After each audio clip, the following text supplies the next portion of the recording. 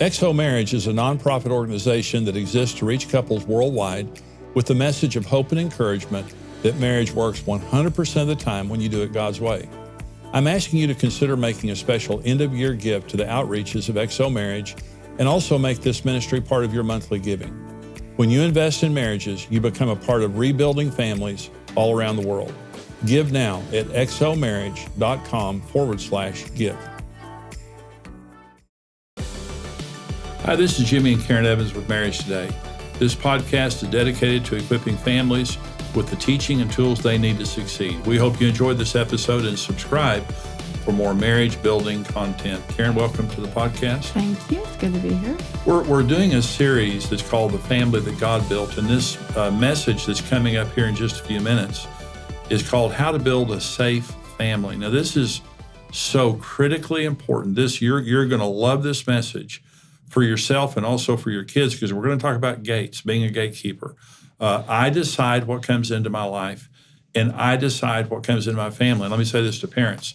You are responsible for every single thing that comes into your child's life, every single thing. A child should never have access to a computer or anything else that gives them access to something that you don't control.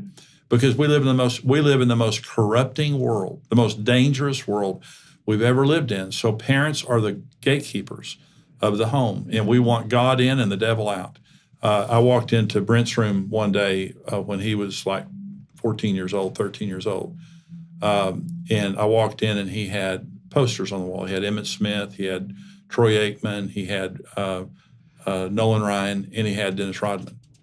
And I walked over and I said, "Take that Dennis Rodman poster down, Brent." And because Dennis Rodman was just a wild man. And he said, "What?" And I said, "Take that poster down. You're not going to, I will not allow you to have him as a role model." We scrutinized their music. Now, when they got old enough and they had cars, they could listen to any music they wanted to. But we were the gatekeeper of the home, and we wanted to make sure our family was safe. Well, our kids weren't perfect, and they saw things and experienced things we didn't want them to, but not in our home. Our home was a safe place for them. So it's a very, very important issue. So let's talk, Karen, for just a minute about how to stay unified as a couple. You cannot be divided on issues. In other words, there can't be a good cop, bad cop. And Dad says, "Well, I don't care if you drink." And Mom says, "No, they're not going to drink." Dad says, "Well, you can go see that movie. I don't care. That's R-rated. Go ahead and see it." And Mom says, "I'm not going to have that." That Mom can't be the bad cop and Dad can't be the good cop. We are both good cops and bad cops. Well, and we were the same, but a lot of it's because we had the same values. Right. We believe the same things, and a lot of people. I know my mom said one time, "Well, it's just because you're pastors." I said, "No." I said, even if we weren't pastors, we would still be raising our kids the same way, because it's not about your job. It's about, the foundation of God in your life that was so important back then. And so we had that to go off of. What would God say? What would God want? I told the kids a million times, if I was a plumber, we would raise you exactly the same way. Yep. There's only one conversation I ever had with Julie, and I think with Brent too, that I brought up, God or the church. And Julie had a very close boyfriend in high school. And I told her one day, I said, "Now, you do realize that if you get pregnant, that this could cost me my job." And she said, "What?" And I said, "Julie, you're the preacher's daughter." And I said, "I've never before held this over your head, but I'm telling you, what you do is a reflection on all of our family and on us as parents." And, she was a good girl. Julie was a good girl, but I really think it helped her, because she didn't really, children don't think circumspectly. And she wasn't realizing the unintended consequences of her behavior in that manner. But we raised our children to love the Lord and to be good kids and to try to keep them safe in that process. And I want to say it again, little kids that are 10 years old have smartphones. And there are little boys and little girls that have access to pornography, hate speech, all kinds of things. It's totally, completely irresponsible on the part of parents. If you don't have knowledge in the area of technology to keep your children safe, it is incumbent upon you to get that knowledge and make sure. Our granddaughter was on one day playing a game at our house, and some man started talking to her through the game. It was like a Wii game. We had no idea. And that this is an older man talking like our 8-year-old granddaughter. I mean, I wanted to find him, It was just so troubling to me. But we live in an evil world. We have to be better parents, great parents to keep our families safe. Well, and also I was thinking, a lot of couples have to deal with in-laws. And, if their kids are going and staying with grandparents that maybe don't have your same values. So how do you, present that and being respectful and letting them see your kids? Our parents violated our rules, and we would tell them they would keep the kids. And so we don't let our kids watch these movies or these movies. Well, they violated our principles. And I told them one time, I said, now, I'm not leaving the kids here again if you're going to violate our rules. Now, these are our rules, and taking care of the kids is not a right. It's a privilege. And they didn't like that. And then our kids told us later they did it anyway, and just told them not to shut up, But, you cannot playing with my child is not a right because you live next door. Playing with my child is a privilege because I approve of you and your family. And taking care of my children is not anyone's right. It is a privilege.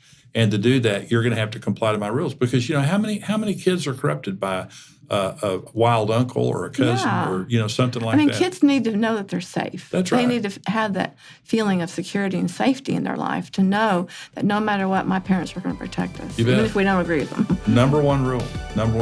Okay, we hope this helped you today, and we're going to go now to this teaching on how to build a safe family.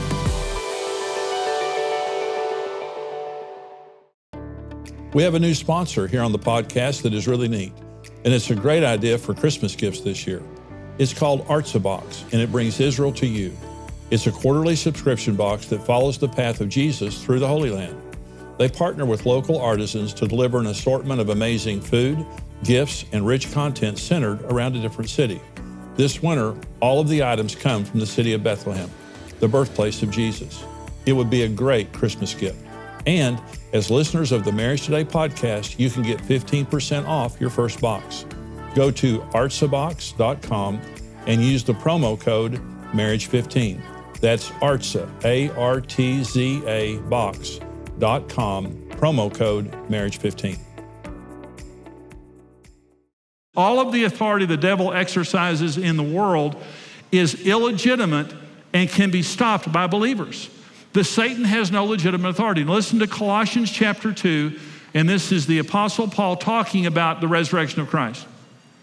Having disarmed principalities and powers, he made a public spectacle of them, triumphing over them in it. Paul is reminding us here that when Jesus was raised from the dead, he took all power away from the devil. The devil has no power. The only authority the devil has is the authority that we let him have. The only authority the devil has is the authority he's stolen from believers. He's been disarmed. And not only has he been disarmed, Jesus made a public spectacle. When Jesus was resurrected, he took the devil and every demon in hell and paraded them through the heavenlies and said, this man has no more authority. He's a loser and he's been assigned to hell. And every angel knows it and every demon knows it. He just wants to bet that you don't know it. He has no authority over you. He has no authority. All of his authority that he has on the earth today is stolen and illegitimate, and we can stop it. This is Matthew 16. Listen, Jesus is about to repeat what he said in Matthew 18. Matthew 16, this is the first time the church is mentioned in the Bible. I also say to you that you are Peter, and on this rock I will build my church, and the gates of hell, Hades, shall not prevail against it. And I will give you the keys to the kingdom of heaven. And whatever you bind on earth will be bound in heaven. Whatever you loose on earth will be loosed in heaven. Here we have Jesus repeat what he said, or actually this is the original statement here. It's then repeated in Matthew 18. And Jesus says this to Peter. Now, Peter, you said that I'm the Christ, the Son of the living God. And upon that confession, I'm going to build my church. And I'm going to give you the keys to the kingdom of heaven. And whatever you lock on earth will be locked. Whatever you unlock on earth will be unlocked. And by the way, they didn't have cars back then. A key was for one thing. That's a door or a gate. And Adam and Eve were the gatekeepers of the earth. The devil came, knocked on the door, tempted them. They opened the door. He came in, destroyed mankind. Jesus comes back and said, I'm redelivering the keys of the earth to you, Peter, and to my church. And I'm telling you that if you want to unlock a gate of hell that the devil is using to hold people in darkness and destroy their lives, even the devil's gate cannot stand against my people and the key that I just handed you. I'm giving you the keys to the entire kingdom of heaven of good and evil. And whatever you want to lock and to bind and to disallow on this earth, so be it, I'll stand behind you. Whatever you want to allow and to loose, so be it, I'll stand behind you. But you have authority over all the power of the enemy, and he cannot harm you as long as you're using the keys of binding and loosing and the authority that I'm giving you. Number one truth, all the authority the devil has is illegitimate and the church can stop it. Number two, the devil has no authority to harm believers. We have authority over him. You never have to fear the devil, he fears you. Jesus said, I give you authority over all the power of the enemy, and nothing shall by any means harm you. He has no right to harm you. And by the way, if the devil could kill us, we'd all be dead. He hates our guts. And the fact that he doesn't is just testimony to the fact he doesn't have authority unless we give him authority. Number three, truth in this regard, God will not do for us what he has given us the ability to do for ourselves. God has given us authority to live safely as his family, but we have to be the gatekeepers of our own lives. And I want to talk about the gatekeeping responsibilities that we have in two ways, personal and as parents. Because there's two ways that we keep the gates of our lives, and there certainly is national and other levels of this, but I want to focus this on personal and family. I want to talk about being the personal gatekeeper of your life.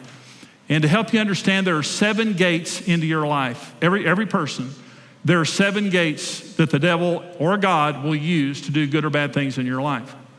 Let me go through these. There's the eye gate. Now, we all know Jesus said that the eye is the lamp of the soul. And if the eye is good, the soul is full of light. If the eye is bad, how bad is that darkness? That's what Jesus said in Matthew 6. There's the ear gate. Jesus said in Mark 4, be careful what you hear. The ear gate is where words and music and sounds come into our lives that can impact us in a huge way. And right now, I'm accessing your ear gate because you've come and offered it here in church. That's a good thing. So there's an ear gate. Number 3 is the mouth gate. The word spoken, food and drink consumed. And this, by the way, Proverbs 18:21 says the power of life and death is in the mouth. This is the most disproportionate gate in our lives because what comes in and out of this gate will have more impact on our lives than almost anything else. Number 4 is the mind gate. We have a gateway into our minds. Beyond our eyes, ears, in a dark room with our mouth closed, we can open our mind gate. And we can have imaginations, we can have deceptions, we can have, all different kinds of things, but our thoughts, our ideas, our imaginations and beliefs come through our minds, and we control that gate. The spirit gate, this is faith or unbelief, submission, rebellion, what I'm gonna do spiritually in my life. And by the way, Jesus says in Revelation 3:20, behold, I stand at the door and knock. He's talking about the door of our spirits. If any man will hear my voice and open the door, I'll come in and dine with him and he with me. This is talking about the act of salvation. Jesus will not access the door of our life without our permission because that's his nature. He recognizes us as the gatekeeper of our own spirit, and he says, my desire is to come into your life, but you'll have to open the gate for me to come in. Okay, our spirit gate. Number 6, our flesh gate. And this is our sensuality, our sexuality, our physical needs, desires, and wants, both on a legitimate level and also on a sinful level, whichever door that we open. But our flesh is an entry point. Okay, number 7 is our emotion gate. Emotions and attitudes in response to life and people and things like that. And so I decide everything that comes into my life through those 7 gates. Listen, who you are today has been decided by you and what gate you opened. Your mom and dad didn't do it. God didn't. God doesn't decide how you feel. God doesn't decide what you think. God doesn't decide where you put your eyes or your ears. Neither does the devil, neither do I. We all are responsible for the gates of our lives. And everything in my life right now, I allow to be there. And the things that are not in my life are not there because I disallowed them. Binding and loosing made me who I am right now, good or bad. And so when God gives us authority, And he said, I give you the keys to the kingdom of heaven. Whatever you bind on earth will be bound in heaven. Whatever you loose on earth will be loosed in heaven. The first responsibility that we have with that authority is to manage our lives in the 7 gates of our lives. And I've got to understand where I put my eyes, where I put my ears, where I put my mind, where I put my mouth, where I put my spirit, my emotions, and everything else has a phenomenal impact upon my life and my safety in who I am. Ephesians chapter 4, this is verses 26 and 27. The Apostle Paul says, be angry, but don't sin. Do not let the sun go down on your wrath, nor give place to the devil. Go ahead and be angry. God gets angry. Nothing wrong with anger. But don't sin in your anger, and don't stew on it and let that become bitterness and unforgiveness by going to bed on it. So be angry, but don't sin. Don't let the sun go down in your anger, or you'll give place to the devil. The word place is the word topos in the Greek language, and it just means location, foothold, a place in your life for the devil. The word devil there is diablos, which means slanderer. He's going to come in through your anger that you didn't take control over. He's going to use that as an opportunity to come in and accuse your wife, your husband, your parents, your friends, everyone that you have anger toward, until he's destroyed relationships. Now I want you to listen to me for just a minute, because this is something that I know as being a pastor for 32 years and a marriage guy who's helped a lot of people in marriages. That gate has destroyed millions and millions of lives and homes. How many couples have been destroyed by anger? That they wouldn't forgive, that they wouldn't talk it out. They justified unrighteous actions because they were angry. How many relationships have been broken? How many families have been destroyed? How many nations have been destroyed through that gate right there? Through hatred, through bitterness. We are the keeper of our emotions. And the devil is looking for someone who will open a doorway of bitterness and unforgiveness so he can come in and do his work of slander, so he can destroy our families and destroy our relationships and destroy our society. And this is what we see in the world today. And no one decides how I feel except for me. Life does not form me. My response to life forms me. And regardless of what you do, I make a decision of how I feel about that. And I can choose to love in the most difficult circumstance. And I can choose to hate in the best of circumstances. But I am the gatekeeper of my emotions. And so the devil constantly is going to try to access the gates in our lives. And as a responsible gatekeeper, it means I bind the devil by using my eyes. And I loose God to use. Whenever you're reading the Bible, what you're doing is you've just loosed the Holy Spirit to work through your eyes to bless you. But when you put your eye on something bad, you've opened the door to the devil to come in and corrupt you. The same with your ears, the same with your mind. And so responsible binding and loosing, responsible gatekeeping keeps me personally safe. But the second responsibility of gatekeeping is parents. See, little children, we have to create, because they can't manage the gates of their lives. The purpose of parenting is to raise children in a safe environment where one day when they leave home, they have learned how to responsibly manage the gates of their lives. But let me talk about parents for just a minute. Parents are the gatekeepers of their homes and their children's lives. Let me say, everything in your home, you allow. Everything not in your home, you disallow. You're the gatekeeper of your home. God doesn't keep the gates of your home. The devil doesn't. Hopefully your children don't. All the devil needs is a careless gatekeeper to corrupt a child's life. He just wants a parent who doesn't understand that they're responsible for keeping the gates of their child's life. Let me talk about the 5 gates of a child's life that a parent must diligently keep watch over. And you're totally responsible for these 5 gates. Number 1 is the God gate. The first responsibility of a parent is to lead your child to God. In fact, God put his image on Adam and Eve in Genesis 1 and then commanded them to multiply. They weren't ready to multiply until they bore the image of God. The number 1 responsibility that I have as a parent is to lead my child into an understanding of who God is, the love of God, and the truth of God, so that at the earliest age possible, they receive Christ into their lives. And then from that point forward, we're discipling them in their faith. Okay. Taking them to church, reading them the Bible, praying with them. The number 1 thing that I do is I watch the God gate of my child's life. And I think that every parent should raise their children in church. I'm preaching to the choir here, but I'm saying church is very important. The Bible, godly disciplines in a child's life, that is the parent's responsibility. Number 2 gate in a child's life is the entertainment gate. And entertainment is cell phones, and I totally agree that children should not have a cell phone until very late in, high school or something like that. And so for safety purposes, you may have a cell phone in your home that doesn't belong to a child, and they're going somewhere and you hand it to them, and it's not a smartphone, it's just a dumb phone.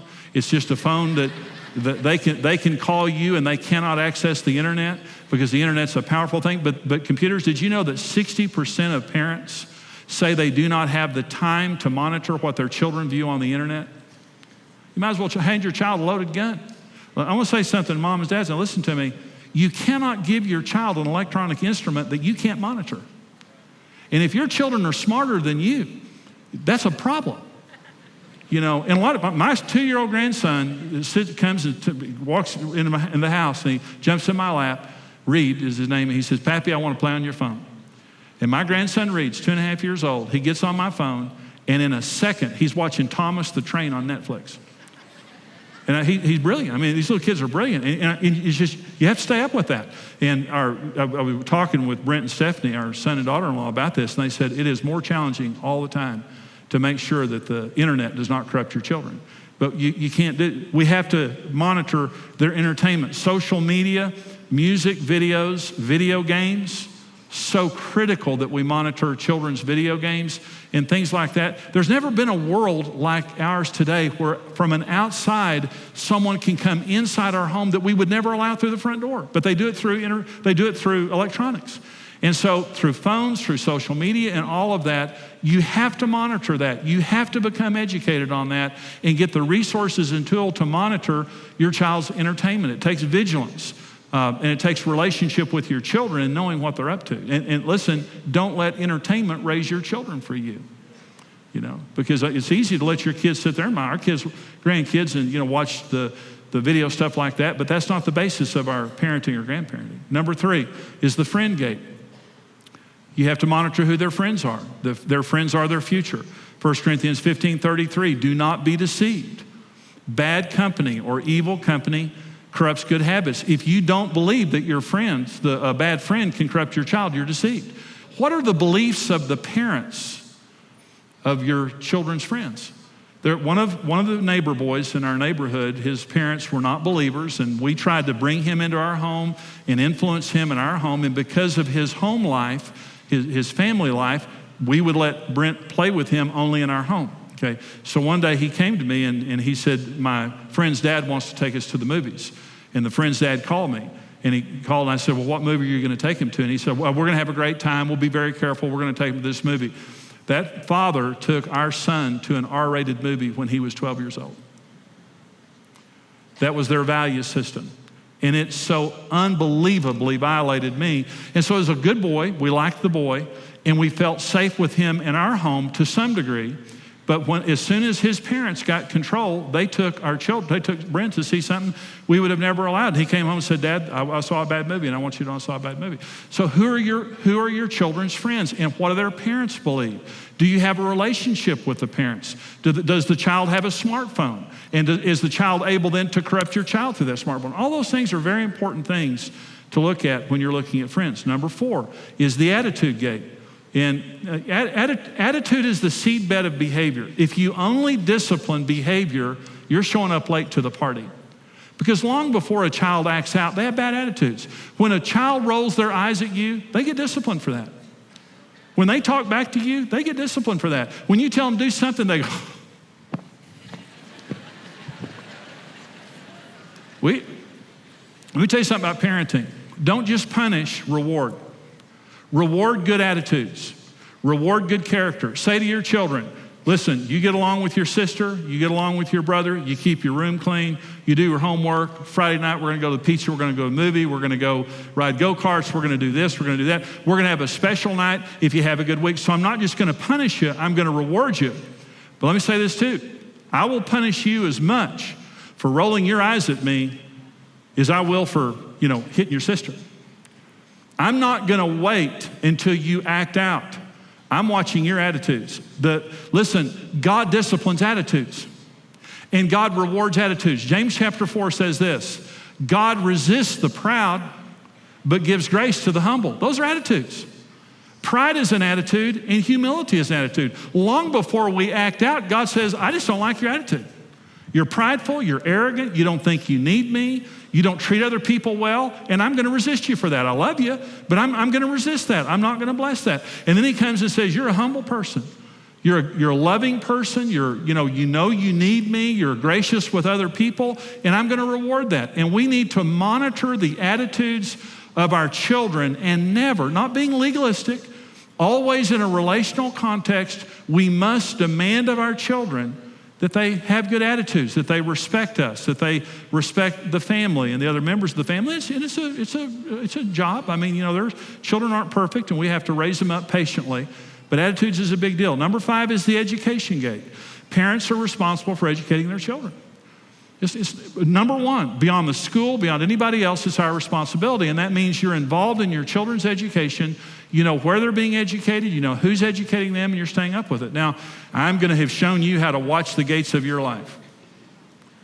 And I'm going to have produced a responsible gatekeeper, and you're going to live the rest of your life safely from the power of the devil and every desire he has over you. Safety is our birthright. Aren't you thankful we have such a great daddy in heaven? That he obsesses over our safety. But there's a responsibility that we have in this, to watch the gates of our life, to watch the gates of our home. Hey, this is Brent Evans with XO Marriage, and I want to thank you for listening to the Marriage Today podcast. We believe your marriage has a 100% chance of success if you do it God's way.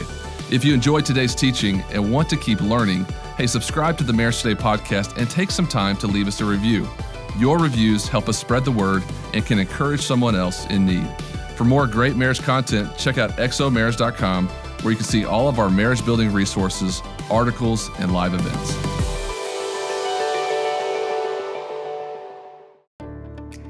I want to let you know about an exciting new resource.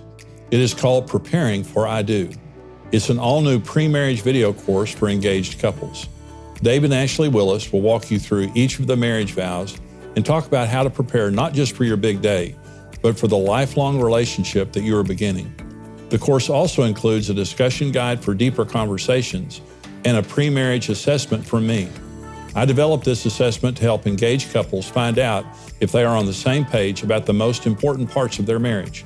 If you're engaged, or if you know someone who is, go to premarriage.com/marriage for 20% off this new video resource. That's premarriage.com/marriage for 20% off.